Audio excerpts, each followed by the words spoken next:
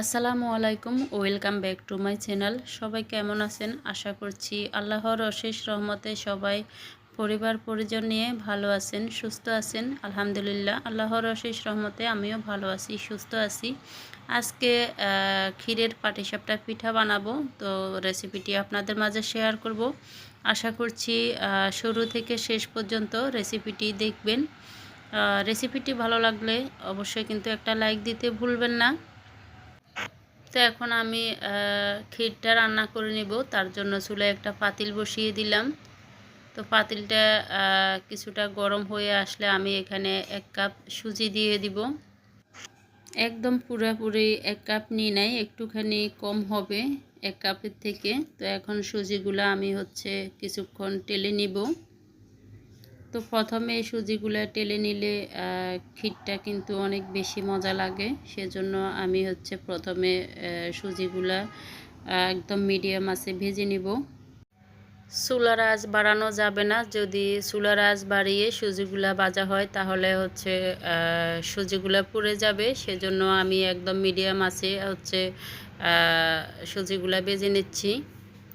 তো এই তো আমার কিন্তু সুজিগুলা প্রায় ভাজা হয়ে গিয়েছে।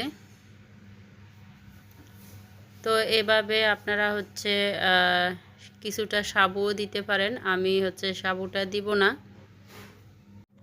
তো আমি আরও কিছুক্ষণ নাড়াচাড়া করে ভেজে নিব। তারপরে এখানে কিছু গরম মশলা দিয়ে দিব। তো আমার কিন্তু সুজিগুলা ভাজা হয়ে গিয়েছে, আরও কিছুক্ষণ ভেজে নেব। ভাজতে ভাজতে একটা সময় হাতা থেকে এভাবে উঠিয়ে একটু ফেললে বোঝা যাবে যে এগুলা ভাজা হয়ে গিয়েছে, আপনারা দেখে বুঝতে পারবেন। তো এখন দিয়ে দিচ্ছি তেজপাতা আর এলাচ। আমি এখানে 4টা এলাচ দিয়েছি। তো এলাচ আর তেজপাতা দিয়ে আমি আরও একটু নাড়াচাড়া করব। আমি কিন্তু এখানে একটা তেজপাতা আর 4টা এলাচ দিয়েছি, তার বেশি কিন্তু দিব না। এখন আমি তরল দুধ দিয়ে দিব। আমি এখানে হাফ কেজি তরল দুধ দিব। প্রথমে হাফ কেজি তরল দুধ দিচ্ছি, পরে যদি লাগে আরও দিব। তো এই পর্যায়ে কিন্তু নাড়াচাড়া করতে থাকতে হবে, নয়তো সুজিটা নিচে লেগে যাবে। আর আমি কিন্তু চুলার আঁচ একদম মিডিয়ামে রেখেছি। তো 1 চিমটি লবণও দিয়ে দিয়েছি আমি। একটু আগে আপনারা দেখতে পাচ্ছেন আমি লবণটা দিয়েছি, একদম খুব সামান্য দিয়েছি লবণ, যাতে করে ব্যালেন্সটা ঠিক থাকে। মিষ্টি খাবারে একটু লবণ দিলে কিন্তু খাবারটা আরও বেশি সুস্বাদু হয়। তারপরে দিয়ে দিলাম চিনি। আমি চিনি প্রায় হাফ কাপের মতো দিয়েছি। যে কোনো মিষ্টি খাবারে আমরা কিন্তু বেশি মিষ্টি পছন্দ করি না, আমরা বেশি মিষ্টি খেতে পারি না। তো সেজন্য আমি মিষ্টিটা একটু কমে দিয়েছি, আপনারা চাইলে আর একটু বাড়িয়ে দিতে পারেন। তো এখন দিয়ে দিলাম হাফ কাপের মতো নারকেল, কোরানো নারকেল দিয়ে দিলাম হাফ কাপ। আর এখানে 1 মুঠো কিশমিশ দিয়েছি। তো পাটিসাপটা পিঠার পুরের ভিতরে এভাবে কিশমিশ আর নারকেল আর বেশি করে দুধ দিয়ে রান্না করলে খুব মজা লাগে খেতে। তো আমার বাচ্চারা কিশমিশটা একটু কম পছন্দ করে, সেজন্য আমি অল্প করে কিশমিশ দিয়েছি। আপনারা চাইলে আরও বাড়িয়ে কমিয়ে দিতে পারেন কিশমিশ, যে যেরকম খান ওই রকমই দিবেন। তো নারকেলটা আমি একটু বাড়িয়ে দিয়েছি, কারণ নারকেলটা ওরা বেশি পছন্দ করে। তো আমি এখানে এখন গুঁড়া দুধ দিয়ে দিব। প্রথমে আমি 1 টেবিল চামচ গুঁড়ো দুধ দিয়ে দিলাম, তারপরে আরও 2 টেবিল চামচ দেব, একটু পরে দিব আর কি। প্রথমে 1 টেবিল চামচ দিয়ে একটু নাড়াচাড়া করে মিক্স করে নিচ্ছি। তো ক্ষীরটা আমার প্রায় রান্না করা হয়ে গিয়েছে। এখন আমি আরও 2 টেবিল চামচ গুঁড়া দুধ দিয়ে দিব। তো এই ক্ষীরের মধ্যে যত বেশি দুধ দেয়া যায় তত বেশি কিন্তু মজার হয়ে থাকে। তো ক্ষীরটা আমার রান্না করা হয়ে গেছে, আমি এখন চুলা থেকে নামিয়ে রেখে দিয়েছি। আর এদিকে পাটিসাপটা পিঠার ব্যাটারটা করে নিচ্ছি। প্রথমে দিয়ে দিলাম 1 কাপ চাউলের গুঁড়া, আতপ চাউলের গুঁড়া দিয়ে দিলাম 1 কাপ। তারপরে এখন দিয়ে দিলাম আটা। আপনারা চাইলে ময়দা দিয়েও করতে পারেন, আমি আটা দিয়ে করতেছি কারণ হচ্ছে আমার বাসায় আটা ছিল, সেজন্য আমি আটা দিয়ে করতেছি। তো আমি আরও হচ্ছে আধা কাপ দিয়ে দিলাম আটা। তারপরে হচ্ছে স্বাদ মতো লবণ দিলাম। আর এখন দিয়ে দিচ্ছি হচ্ছে গুঁড়ো দুধ। আমি গুঁড়ো দুধটা 3 টেবিল চামচ দিয়েছি এখানে। তো চিনিটা দিচ্ছি হলো প্রায় 4 টেবিল চামচের মতো আমি চিনি দিয়েছি। তো আমি চিনিটা কম দিয়েছি, তার কারণ হচ্ছে আমি পাটালি গুড় দিব এখানে। আমি হচ্ছে পাটালি গুড়টা হচ্ছে কিছুটা পানি দিয়ে আমি চুলার মধ্যে জাল করে এখন ঠান্ডা করে নিয়েছি। তো ঠান্ডা পাটালি গুড়টা দিয়ে দিলাম, দিয়ে এখন ভালোভাবে মিক্স করে নিতে হবে।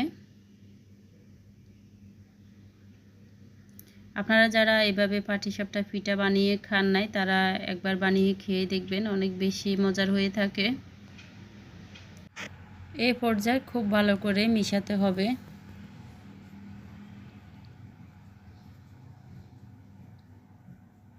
তো অনেকটাই ঘন হয়ে গিয়েছে, আমি হচ্ছে আরও কিছু পানি দিয়ে দিব। ব্যাটারটা একদম পাতলা করে করতে হবে, তাহলে হচ্ছে পিঠাগুলো খুব সুন্দর হবে। তো আমি একটু চামচ দিয়ে দেখতেছি এগুলা কতটা ঘন হয়েছে। এখন পানি দিব,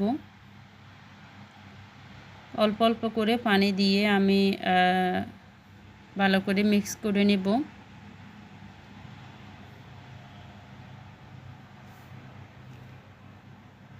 আমি কিন্তু পানির পরিমাপটা বলি নাই, আপনারা বুঝে শুনে পানি দিবেন আর এগুলা মিক্স করতে থাকবেন। তা আমার কিন্তু ব্যাটারটা রেডি হয়ে গিয়েছে। এখন পিঠাগুলা বানানোর জন্য আমি চুলায় একটা প্যান বসিয়ে দিলাম, তার মধ্যে দিয়ে দিলাম ঘি। আমি হচ্ছে 1/2 টেবিল চামচ ঘি দিয়ে ব্রাশ করে নিয়েছি প্যানের মধ্যে, আর চুলাটা একদম লো করে দিলাম, নয়তো পিঠাগুলা সুন্দর হবে না।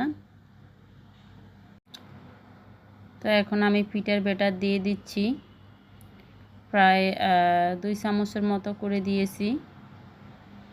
পিঠাটা একদম পাতলাও হবে না, আবার একদম মোটাও হবে না, এরকম করে আর কি বানাতে হবে। তো এখন প্যানের মধ্যে ছড়িয়ে দিয়ে তারপরে এই যে ঢাকা দিয়ে দিলাম, 1 মিনিটের মতো রেখেছি আমি। আর এই পর্যায়ে চুলার আঁচ কিন্তু একদম মিডিয়ামে থাকতে হবে, নয়তো পিঠাগুলার গায়ে দাগ লেগে যাবে। তো পিঠাটা হয়ে গিয়েছে, এখন হচ্ছে আমি ক্ষীর দিয়ে দিলাম, দিয়ে পিঠাটা ঘুরিয়ে নিব।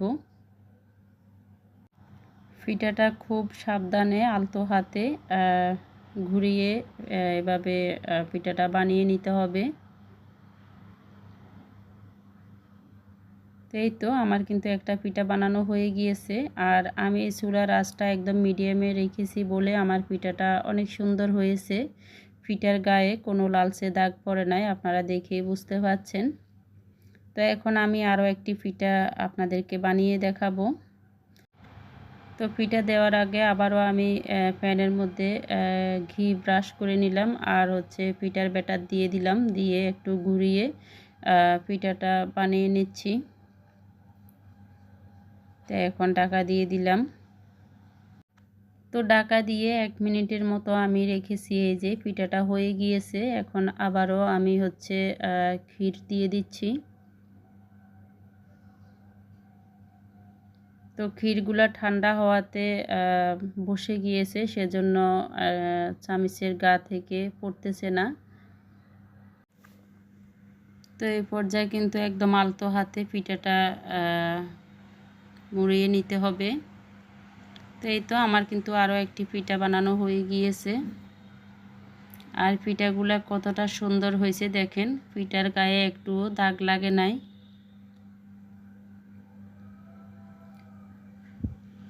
তো তো আমার ক্ষীর পাটিসাপটা পিঠার রেসিপিটি আপনাদের কাছে কেমন লেগেছে অবশ্যই কিন্তু আপনাদের ব্যক্তিগত মতামত জানাতে ভুলবেন না।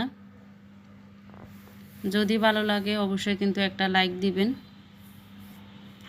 আর যারা আজকে নতুন আমার চ্যানেলটি ভিজিট করছেন, রেসিপিটি ভালো লাগলে চাইলে কিন্তু আমার চ্যানেলটি সাবস্ক্রাইব করে আমার পাশে থেকে যেতে পারেন। অনেকে অনেক রকমভাবে এই ক্ষীরের পাটিসাপটা পিঠাটা বানিয়ে থাকেন, তো আমি যেভাবে বানাই সব সময় আমি সেই রেসিপিটি আপনাদের সাথে শেয়ার করলাম।